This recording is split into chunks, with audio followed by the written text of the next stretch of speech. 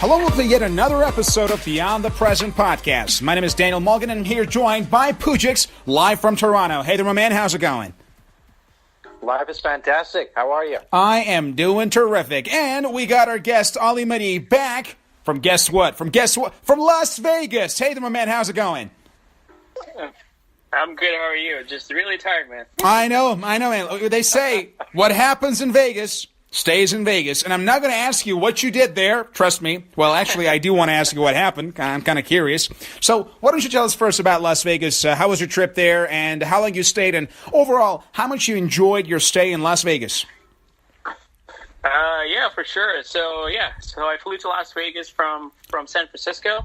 The flight was actually really, really cheap. It was like $60 for the flight. Amazing. Yeah. What was your airline, by the way? American Airlines or something, Delta? No, it was I believe, actually, it was the Alaskan airline. Okay. Yeah. It was a cheap airline, right? Alaskan. It was a cheap airline. Yeah, it was really nice. They had a TV and everything, and the flight was like only an hour, so that was really nice. Very nice. So $60 for the flight.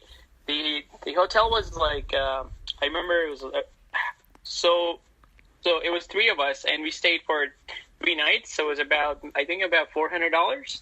$400 per night. No, that's the total. Oh, that's amazing. And how many bedrooms in the hotel? Basically, it was a big room or something. No, yeah, it was just one bedroom, but it had like 2 twin beds. So we were like 3. So like it fit right in. So all right, nice. Very well. No privacy, but you had a lot of fun saving all that money. That's pretty cool. Fantastic. So tell me about the other stuff, man. Going to casinos and other stuff. Let's talk about Sin City. So what happened there? So I mean, the first day in the morning, like obviously in the morning there's not much to do. So we went to the Death Valley. So like, have you heard of the Death Valley? Of course. Yeah, it was amazing. So like we drove there, and it got to 50 degrees at one point. So wow. It was super hot there. Okay. Yeah. And then there's warnings all over the place. It's like, if you don't have any gas, just stay in the car. Don't go outside. And there's no cell service either, so you can't even call anyone. Oh my goodness! Wow, it's insane. So the start wasn't that fun. It was too adventurous, of course, but not that fun. And after that, so when you guys hit the big stuff, the good stuff, the casinos. Yeah, the casinos. So into the Caesar's Palace, and then there's a bunch of casinos in there. Went to MGM Grand. Fantastic. So that was a big casino. Just hit the machines. At first I was putting like only $1 at a time, but then I just kept losing that dollar. Boy! I'm gonna go. I got to get one more. I'm gonna try one more time. Well, that's what they say. The house always wins, right? Exactly. Interesting. Very well. Any other remarkable thing that happened during your Vegas trip? Man, it's all a blur. Well, I think a lot of that stuff is blurry, given the fact that you've been doing some other stuff too. I guess pretty good for you. Well, I mean, what happens there stays there. Absolutely, buddy. So I'm not going to ask you further, but I know you had a great time in Vegas, and glad to have you back here, basically with us. Although, as much as we love to talk about Vegas, perhaps another time we'll talk in depth about how to have a bachelor's party in Vegas. Today's topic actually is about AI, and specifically with respect to medicine, because we've already talked about AI a few episodes back. Now we want to talk in depth about artificial intelligence as it applies to the field of medicine, and how this is going to transform the way doctors do their job. So, first of all, let's start with you, Poujix. We've already discussed the meaning of AI and what AI means to our listeners a few episodes back, but just let's go for a quick recap. Maybe some of our listeners are just joining the show here, so they don't know exactly what it is. So why don't you first give a brief definition of AI for our listeners who might not have listened to our previous episode? Right. So AI being artificial intelligence and standing for that. Is basically artificially creating intelligence that is capable of whether narrow specific tasks, such as we're going to talk about in realms of medicine, or more generically, more general AI, more general intelligence. Well, not exactly, but quite like a human being, perhaps, that can think on a broader range of topics. But right now, we're going to stick to the very narrow specific area, which in this case, we're going to be talking about medicine. That's right. Very well. So speaking of that, let's now talk about how AI is going to affect the field of medicine. Now, a lot of jobs we've already discussed earlier are going to be somehow automated in the future. Let's be honest, AIs can do a lot of things these days. But the field of medicine is one of those basically controversial issues because, let's be honest, there are a lot of challenges here. So we'll talk about the challenges later in a moment. For now, let's just talk about how we see the field of AI affecting medicine in the coming decades. So, Ali Mehdi, tell me right now, buddy, what do you think? What is, from your perspective, some of the biggest impacts of AI on the field of medicine? One of the fascinating things with the machine learning is that, like you can teach a computer pretty much any job now. So, like you give it enough, like enough data. That's it's right. Going to be able to do that better than humans.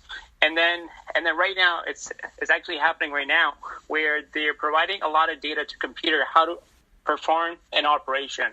And then in future, hopefully, I don't know how long is it going to be, but in future where it's going to be the doctor will be watching the computer doing the operation, and it's going to be even more precise because now it's a computer. The computer doesn't most of the times the mistakes are going to be really, really low. One question. Let me just stop you right now before you continue, Ollie. I got a question from you. You mentioned the doctors are going to be watching this computer, for example, perform the operation. Isn't that kind of like the autopilot for the, for example, pilots who tend to somehow not do anything? Or they have to actually manipulate this process and somehow change it and affect it? So that's actually a great point. So the starting years, it's going to be where the doctor and the computer, they'll be working together. So the doctor will be telling the computer how to do things. But then slowly and eventually what's going to happen is going to be fully autopilot, where the doctors are going to be hands-off. Wow. Does that mean that in that situation we do not need any doctors? I mean, like any technician can just handle it, just press the button and just let the computer do the operation? Like who knows? Maybe, that might be a little bit far ahead, but I think in future that is a possibility. But at the same time, I think we still need the doctors for doing like other things. I think this is good for the doctors as well because now it kind of frees their time to do like other, research or, like the things they want to do. As far as I'm concerned, because I happen to know a couple of doctors and actually work with a couple of them myself, these individuals, they actually prefer to do the operations because I'm pretty sure a doctor can make a lot more money doing operations than doing research. So here's my question to you from the, let's say, financial aspect of it. Could that be actually bad for doctors? I mean, let me just first move on to Poujix. I'm going to come back to you, Ali. So Poujix, do you think that this development in the field of AI can actually affect the future income of doctors or even threaten the stability of their career? I don't really think so, because one thing that you got to understand is, although it's true that artificial intelligence and machine learning are taking away a lot of things, they're also providing a lot of things. So basically what is happening with technology has happened thus far in general with technology, and AI being one of the revolutionary ones, of course, is that along this time we have added the purchase power to our consumers by making things very, very cheaper. And with that, you can also perhaps make the operations not just better, of course, more precise, more success rate, but at the same time much cheaper. Mm-hmm. I mean, that's good for other people, of course, but for doctors, analogous to other people who are getting cheaper operations, they're going to get other cheaper products that they need. They also will get eventually, not initially, but eventually they will get cheaper machines. And it doesn't mean that, like, you can think of pilots as it is. You're talking about autopilot, but it doesn't mean pilots are out of job, actually. Well, believe it or not, actually, I talked to a friend of mine recently who is an expert in the field of aviation. He's a great friend of mine, actually. And after his name is Milad, by the way. I talked to Milad about this matter, and he said that based upon his opinion, in the coming decades or so, at some point, even pilots will be out of job because the entire process will be controlled with AI and electronically. Well, that's the thing you got to consider. How long have we had autopilot, but the pilots had a job? I mean, it's not going to be exactly the same length of time. Oh, My interesting. Point is, it's not, the first step is not immediately all the doctors go away and let's do operations by machines. My point is, this is a very gradual process, relatively gradual process that we will evolve into. society and as a community. Interesting. Very well. Let me go back to Ali here. So, Ali, what do you think about the impact of AI developments in the field of medicine from a professional point of view for the livelihood of the doctors and basically surgeons and whatnot?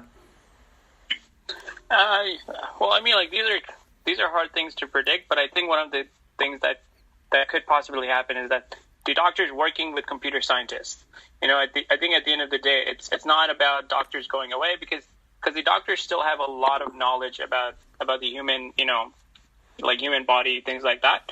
But a computer scientist does not, right? So you still need people to like work together.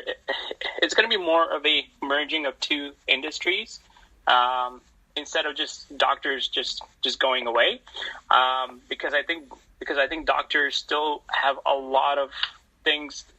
There's a lot of things that the doctors can do that a computer scientist would not be able to, like, I guess, program. Interesting. So you're saying that their jobs won't disappear all of a sudden, just out of nowhere? No, for sure. Interesting. So let me ask you a question that I was actually asked. I remember we've already talked about this earlier in our previous episode. The PS4 exclusive title called Detroit Become Human. And I remember that at the end of that game, there was a survey from all the players. And here was one of the questions that I want to ask you right now. In that survey, the questioner asked this question. Would you be comfortable letting yourself or somebody that you love be operated by a machine, or you would prefer to actually have a human being, an expert human being, a professional surgeon, do it for you? So right now, Poujix, let's say somebody, let's just say, I don't know, somebody you care about is supposed to have an operation, let's say a family member, or even yourself. Which one do you think sounds easier and more basically applicable for you in your life to allow your, for example, loved one be operated by a real human being or by a machine? Right. I mean, assuming the methods are perfected and the machine is having a high accuracy and high success rate, then yeah, of course I wouldn't be minding the machine doing an operation on myself or any loved ones. So yeah, but that takes the assumption that the technology is perfected, the machine has high accuracy, dealing with the patient. One question, Poujix: do you know any technology that is perfected? If any technology was perfect, then why do we have all these updates every single month for simple things such as an iOS? Of course, not in a literal meaning of perfection. I mean, it's gotten to a point that we can rely on it relativistic. So it's at the end of the day, humans make mistakes, machines make mistakes. The question is, on average, if the machines are performing better, then yeah, I wouldn't have a problem. Yes. Interesting. So, Ali, yourself, would you prefer to have an operation done by a machine, or you like a professional doctor handle it? So yeah, just like what Puya said, that it really depends if the technology is there, and if the stats are in your side, then yeah, then for sure. And also there's a technology. So you guys know about the LASIK eye surgery. It's I believe it's 80% it's automated. So if you go back 5 to 10 years, the doctors used to do a lot of things like manual, but now it's fully automated, most of it. The laser surgery. Actually, one of my friends recently, I think it was his wife who got this surgery done, and it took a while I heard the entire operation lasted for about 10 to 15 minutes, basically, and all basically done with the AI. So are you saying that this is going to be then repeated in any other type of surgery? Let's say a heart surgery or a major cancer removal, for example. Are you saying that the machines will be capable of, for example, cutting through the body, going through and doing everything by themselves? Yeah, for sure. I mean, can you think of a reason why not? Well, let's be honest. Think of, for example, we've already talked about things like, let's say, a self-driving car, right? And the challenges that exist with it. At this time, I mean, driving a car is not a very complicated task when you compare it to, let's say, doing surgery on very small, let's say, tissues or veins and whatnot. So, I mean, in terms of complexity, even by today's technology, we still cannot rely so much on driving cars. And then we have the issue of, for example, doing surgery. So don't you think that might be a little bit difficult to handle or even be reliable? So the thing with driving... I'm sorry, go on. Yeah, go ahead. Okay, so the thing with driving, I kind of disagree. I think driving is really complicated. I think most of the times we just get used to it. So if you remember the first time when you sat in the driving seat, and then you remember there are a lot of things you have to look for, like, for example, like your blind spot, and, like, for example, when there's, when the lanes change, things like that. So there are a lot of components that humans are really, really good at. We just don't see it that way. But so if you perfect driving, I think so far we have done that almost. Like, I think so if you look at like San Francisco, I think the Google car drove for like 5 years and they only had like a couple accidents. That's still way better than what the humans can do. It's like way better. So yeah, it's just the media, like, for example, when you get one accident from a self-driving car, it just becomes a huge issue. Whereas there's like 30,000 people dying every year, but that doesn't get covered in the news. Interesting.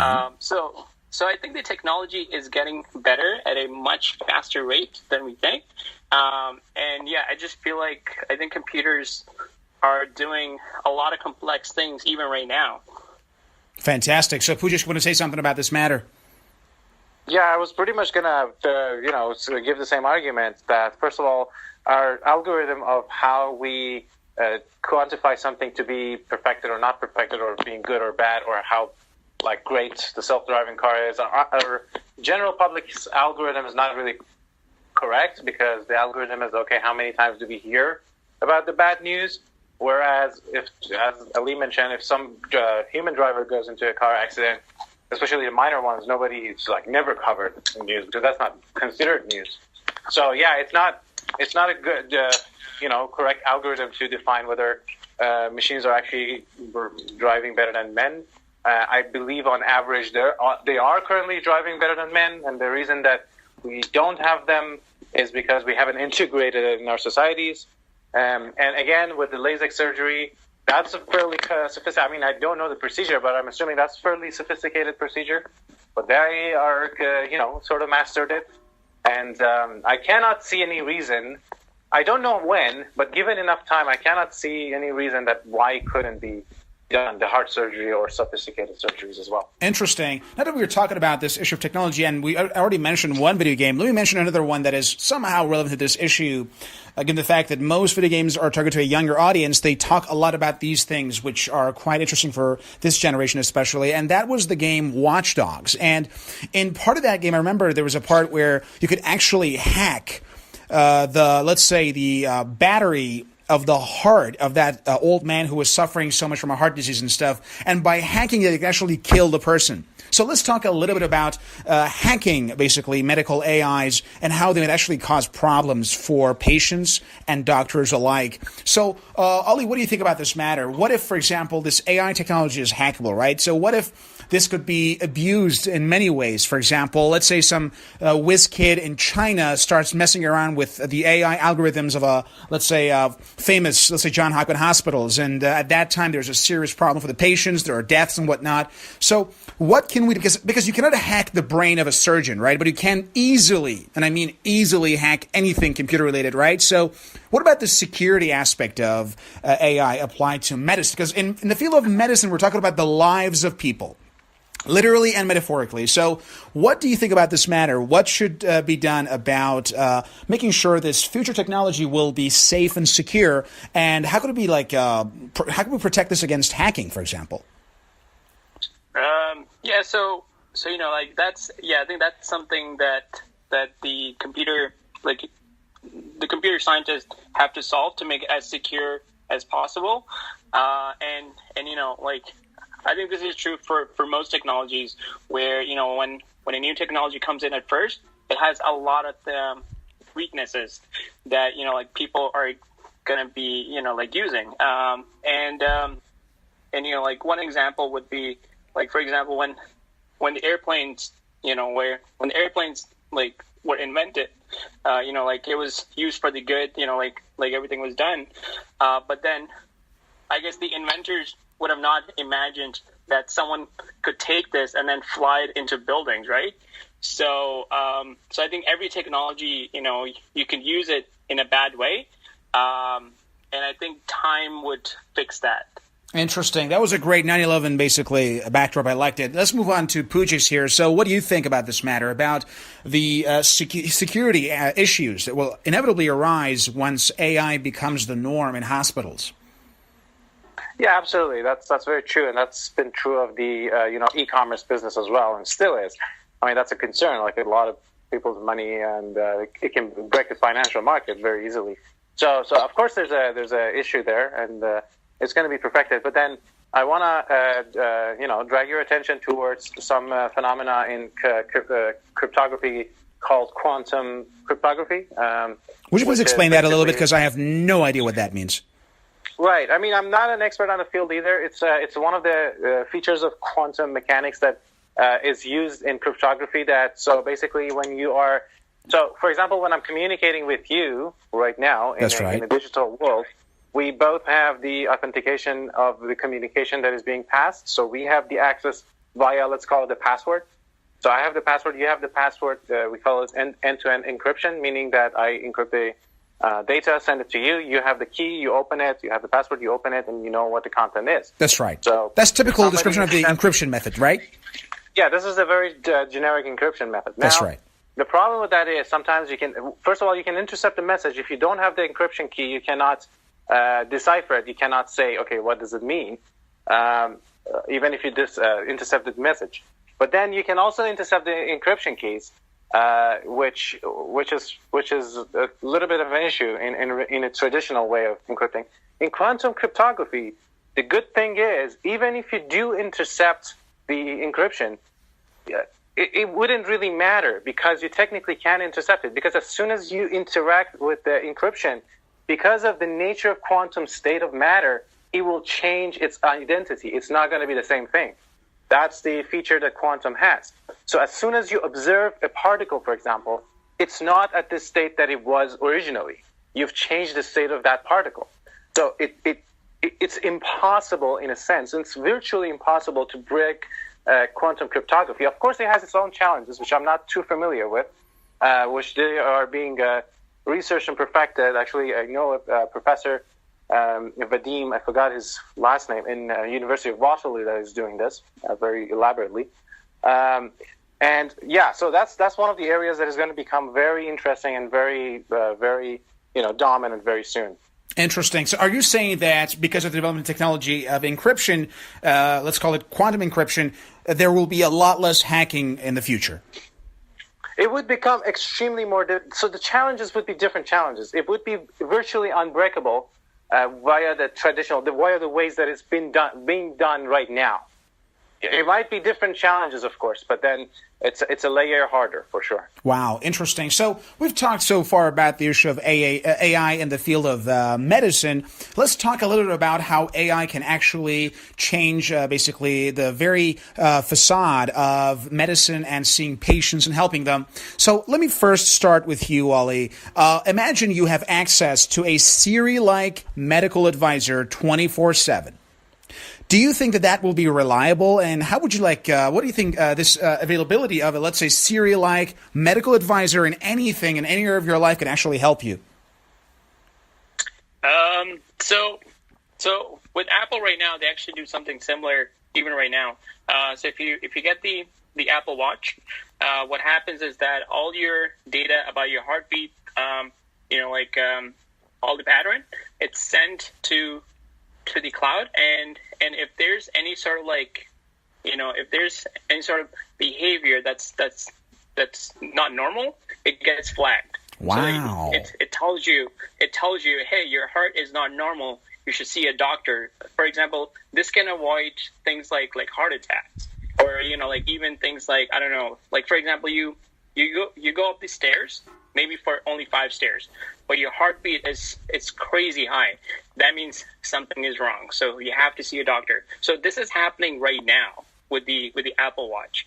And, I can only see maybe in 5 years, or maybe even in 10 years, I think with small gadgets that you put on your body, I think I think you'll be notified about your diseases before they even happen. So I think at the end of the day, it's just a good news for everyone. Interesting. Poujix, your perspective?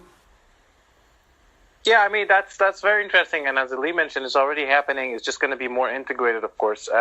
With that, I want to also raise another issue, possible issue in AI within medical industry and medicine. And that is, if we have so much information about people's medical history or current status, it might become a tricky situation with insurance companies, because now they're not going to insure you for a lot of things. So of course that would be, for example, what if I have a genetic disease that I can't do much about, or with reference. I can do something with gene modification and fix that, but then who's going to pay for that? My insurance company, they're not going to insure me. So there's going to be a whole debate on that, which I think it's less of a technical issue, more of a policy issue. That's right. And you can all fix that with the right policies, but it definitely deserves a good debate. And I felt like it's a good thing to mention in our podcast today. Interesting. And quite frankly, it's a serious issue because obviously health insurance is quite crucial when it comes to running a functioning society. But in this condition, my other concern is this, because recently I saw an ad where you simply install a chip, a very tiny and elastic chip on your forearm that collects all, and I mean all, the information, not just your heartbeat, but like the blood content and a lot of other things. I mean, just imagine that right now, for example, you have this chip on you that is simultaneously scanning all the vital information plus your blood tests 24/7,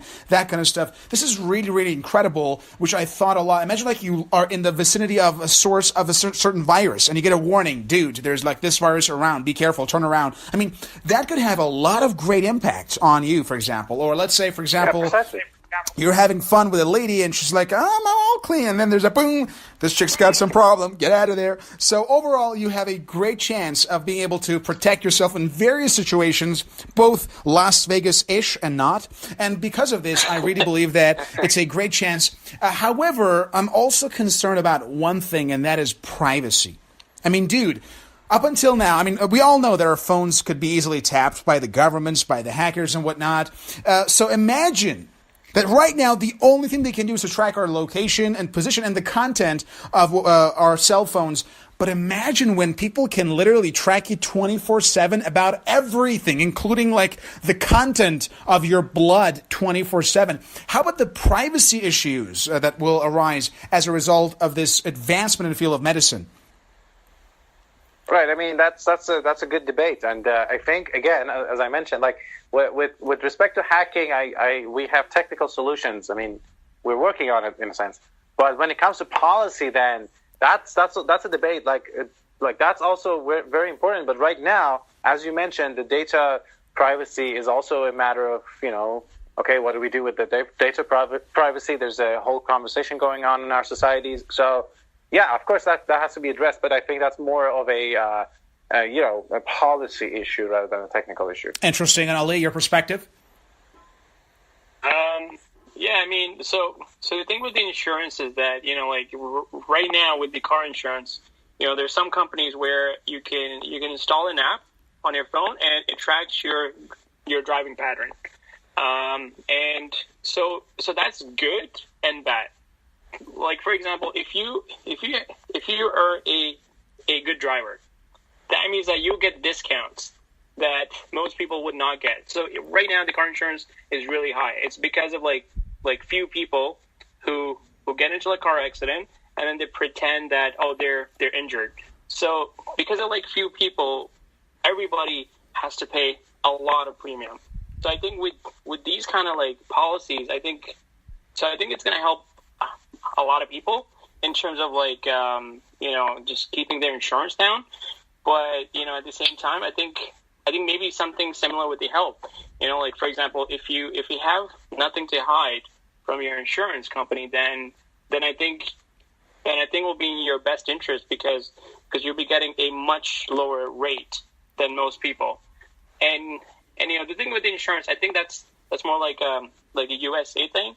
Because in Canada or, like most of the developed countries, like you don't have to worry about that as much. But But at the same time, U.S. is a big partner, I guess. But I think, I don't know. Like with the health insurance, I'm not too much worried about it because in Canada, there's no such thing as health. Well, there is, but most people don't use it as much because it's all from the government.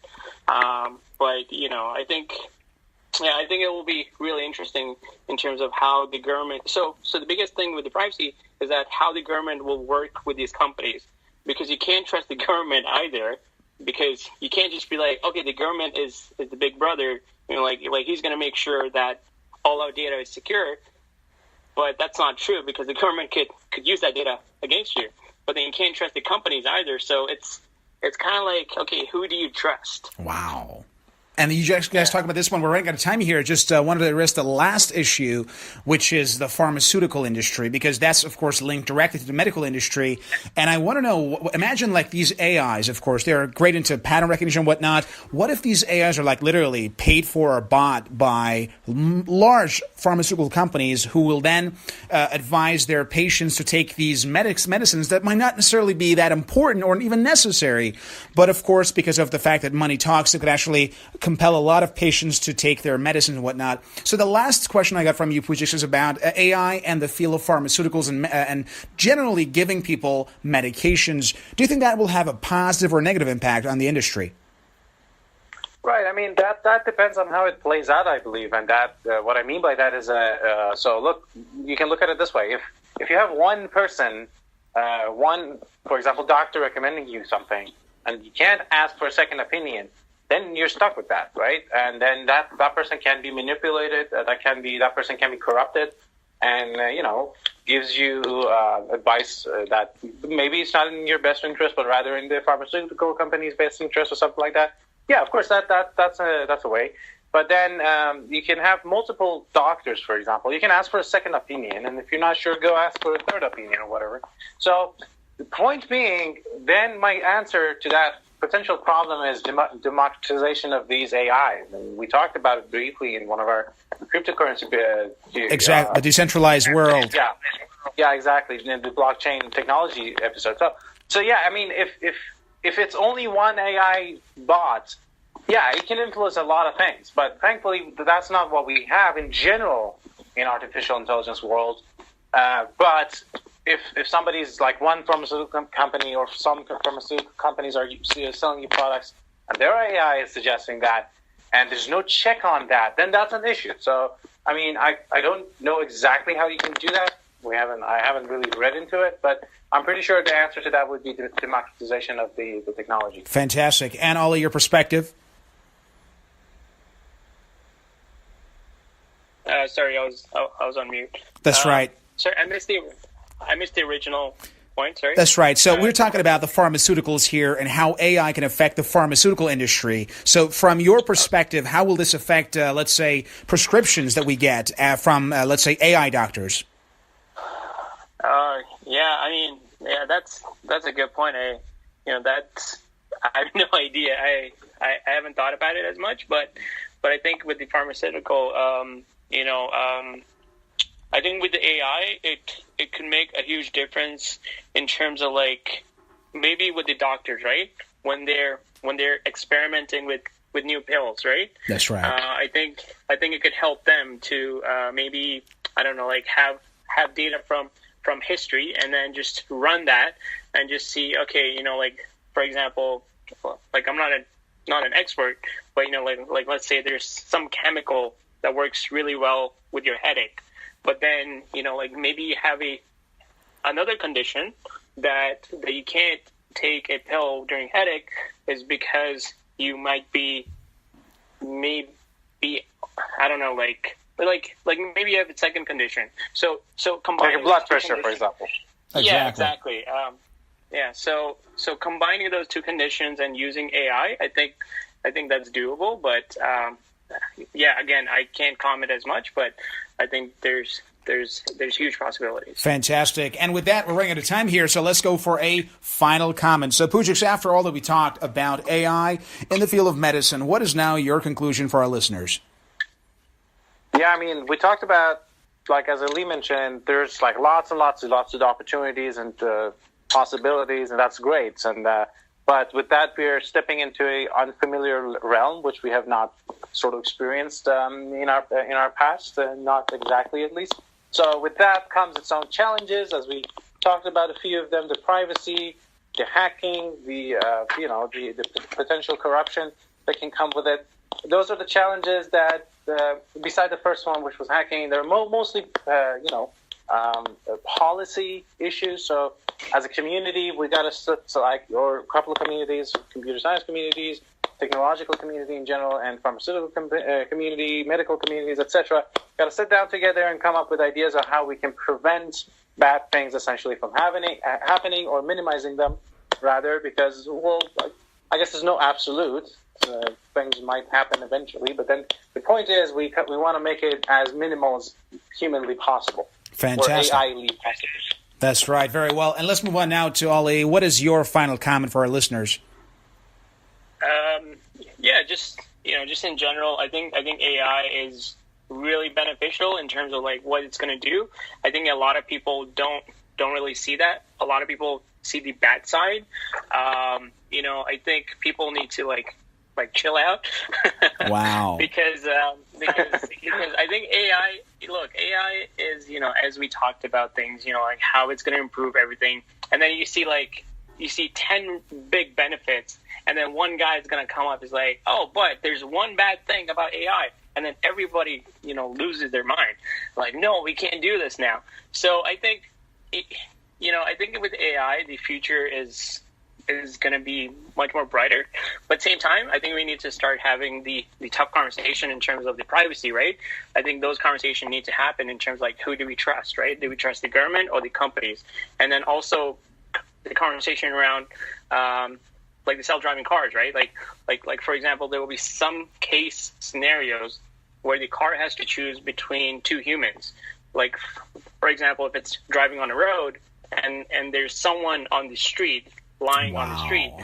Now, would the car just go off the cliff to save that person, or would the car just run them over to save the person who's in the car?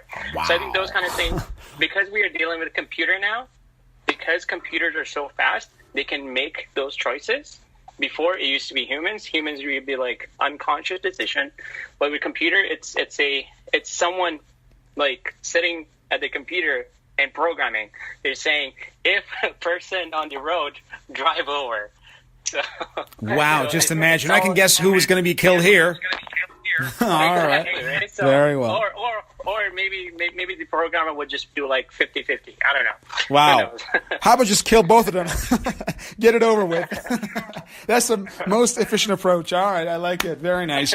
So overall, it's definitely true, and I can just you said a very great advice. You said like just chill out. Imagine like you talk to your Siri like medical assistant. It's like, I have high blood pressure. Things are very tough. I'm sweating. It's like, just chill out. Just chill the fuck out. It's all going to be fine. I mean, just imagine how that'll be great in the future. So with that being said, we're running out of time now, and this was all the time we have for. If you're currently with us on iTunes or basically Google Play, do us a favor and leave a ranking. That'll allow us to reach a much wider audience, and that will hopefully allow us to spread the message throughout the world. Thank you very much for listening. This is Daniel Mulgan. And first of all, before I go any further, I want to thank both you, Poujix, and Ali Mehdi for your amazing and wonderful performance today. Thanks a lot for being here with us. Thank you, Dan. It's my pleasure. Thanks. And you as well. Thank you. So I'm already jealous of you, Ali, for your fantastic Vegas trip. It's been a while, man. It's been a while. Got to get back there, have some fun. But for now, this is going to be all the time we have for it. Thank you for listening. And this was Beyond the Present podcast. Thank you.